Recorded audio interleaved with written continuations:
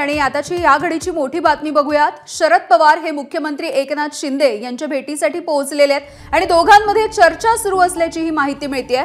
शरद पवार आणि मुख्यमंत्र्यांच्या भेटीचे फोटो सुद्धा आता समोर आलेले दिसतात। तर शरद पवार हे मुख्यमंत्री एकनाथ शिंदे यांची भेट घेण्यासाठी सह्याद्री अतिथीगृहावरती पोहोचले आणि या दोघांमध्ये सध्या चर्चा सुरू असल्याचं कळतंय। मराठा आरक्षण आणि ओबीसी आरक्षणाचा मुद्दा गेल्या काही वर्षांमध्ये राज्यात तापलेला दिसतोय आणि याच पार्श्वभूमीवरती ही भेट होत असल्याची माहिती मिळतेय।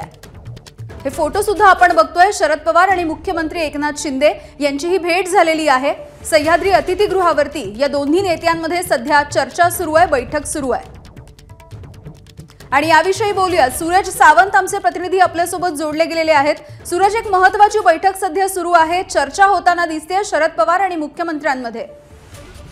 नक्कीच यामिनी, आपण पाहतोय की मराठा आरक्षणाचा जो मुद्दा आहे हा आता कळीचा बनलेला आहे, तर दुसरीकडे ओबीसी आरक्षणावरून देखील राजकारण पेटलेलं आहे। अशातच जर आपण पाहिलं तर काही दिवसांपूर्वीच छगन भुजबळ हे शरद पवारांच्या भेटीला गेले होते आणि त्यांनी आरक्षणामध्ये शरद पवार यांनी मध्यस्थी करायला हवी, त्यांच्यासारख्या जाणकार नेत्यांनी यामध्ये मार्ग काढायला हवा अशी विनंती केली होती। आणि त्यानंतर शरद पवार हे आज मुख्यमंत्री एकनाथ शिंदेच्या भेटीला सह्याद्री अतिथीगृहावरती दाखल झालेले आहेत। अर्ध्या तासापासून ही संपूर्ण बैठक सुरू आहे। नेमकं मराठा आरक्षणाला आरक्षण कसं दिलं जाईल आणि ओबीसीचं जे आरक्षण आहे हे देखील अबाधित कसं राहील यावरती या दोघांवरती सखोल चर्चा ही सुरू असल्याची माहिती मिळते। त्याचबरोबर जी कुणबी प्रमाणपत्र देण्याचा जो मुद्दा आहे त्यावरती देखील या संपूर्ण बैठकीमध्ये चर्चा होणार आहे। त्यामुळे आता जी बैठक आहे ही खूप महत्त्वाची आहे आणि यामध्ये आता पवारांची भूमिका नेमकी काय असणार आहे हे देखील महत्त्वाचं आहे। सर्वपक्षीय बैठकीचं जेव्हा आयोजन करण्यात आलं होतं त्यावेळी महाविकास आघाडीतील किंवा विरोधी पक्षातील कुणीही या बैठकीला उपस्थित नव्हतं।